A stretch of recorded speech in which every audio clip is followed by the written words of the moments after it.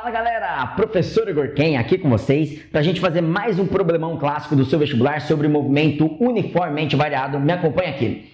Um motorista está viajando a 30 metros por segundo quando enxerga um obstáculo a 60 metros. Sabendo que o tempo de reação do motorista é meio segundo, determine a desaceleração mínima para não colidir com o obstáculo. Então vamos entender o que está acontecendo? Está aqui o nosso motorista a 30 metros por segundo e a 60 metros dele a gente tem um certo obstáculo. Bacana? A gente sabe que o tempo de reação é meio segundo. O que é o tempo de reação? É o tempo entre o motorista avistar o obstáculo e começar a pisar no freio. Então durante esse intervalo de tempo, ele não pisa no freio e o carro anda um pouquinho. Beleza? Com base nesse raciocínio, a gente vai resolver o exercício. Então me acompanha aqui para a resolução. A primeira coisa que a gente tem que entender é: primeiro, tem um tempo de reação. O motorista, durante esse tempo de reação, anda no movimento uniforme. E aí, digamos que passado esse tempo de reação, o nosso motorista vem parar nesta posição aqui.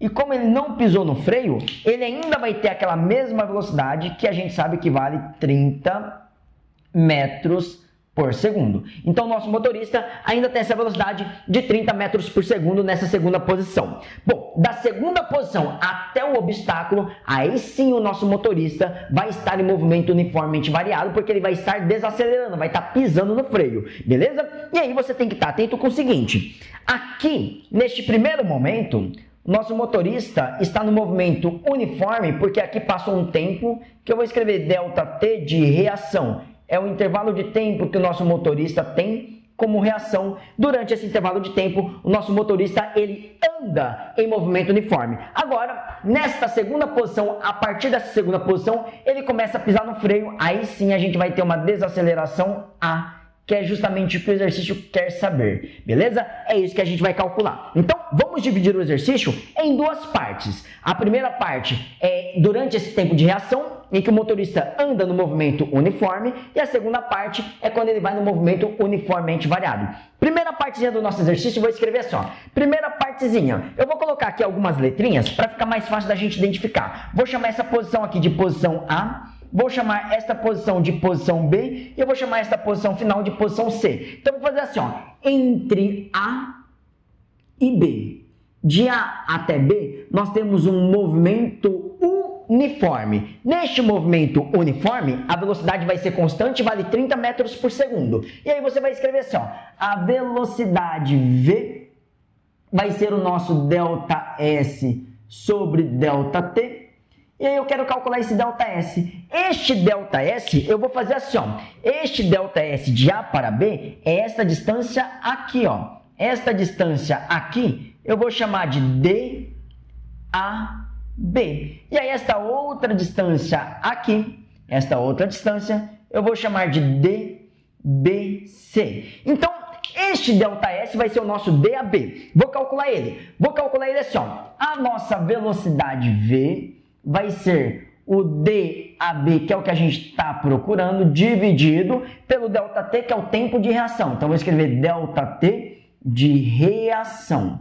Pronto, vamos ter isso daqui. Agora que a gente tem isso, é só substituir os dados. Substituindo os dados, você vai ter esta velocidade V, ela é 30, então aqui vai ficar 30, é igual a distância DAB que a gente está procurando, dividido pelo tempo de reação, que é 0,5 segundos. Portanto, a nossa distância DAB vai ser igual a, se você passar esse meio para aquele lado multiplicando, 30 vezes meio fica 15 metros. Pronto. Descobrimos a distância DAB. Agora pensa comigo, se isso daqui tudo é 60 e a distância DAB é 15 metros, quanto é que sobrou? 45, né? A conta que a gente fez foi assim, ó. DAB mais DBC é igual a 60. E aí, se você passar este daqui para lá, lembrando que este daqui vai dar 15, você vai encontrar, portanto, que DBC é igual a 45 metros. Uma vez que a gente tem isso, agora eu vou fazer a análise da segunda parte do nosso exercício, que é do ponto B até o ponto C. Então, vou fazer agora assim, ó, de B até C. De B até C, agora sim a gente tem um movimento uniformemente variado, um move, porque tem essa desaceleração. Eu vou usar a famosa equação de Torricelli. Pela equação de Torricelli, a gente pode escrever V ao quadrado é V0 ao quadrado mais 2 vezes A vezes ΔS. O que você tem que estar atento? Este V ao quadrado, se a gente quer a mínima condição, ele tem que chegar aqui no obstáculo parado, ou seja, essa velocidade final tem que ser zero. Então você vai ter o seguinte, a nossa velocidade final vai ser 0 ao quadrado é igual a... Quem é a velocidade inicial? Aqui no início ele tinha uma velocidade de 30, então vai ser 30 elevado ao quadrado. Aí você vai ter o seguinte, mais 2 vezes a aceleração, que é o que a gente está procurando, vezes o ΔS. Quem é o ΔS? É o tanto que ele percorre de B até C. O tanto que ele percorre de B até C é 45 metros. Então, aqui fica 45.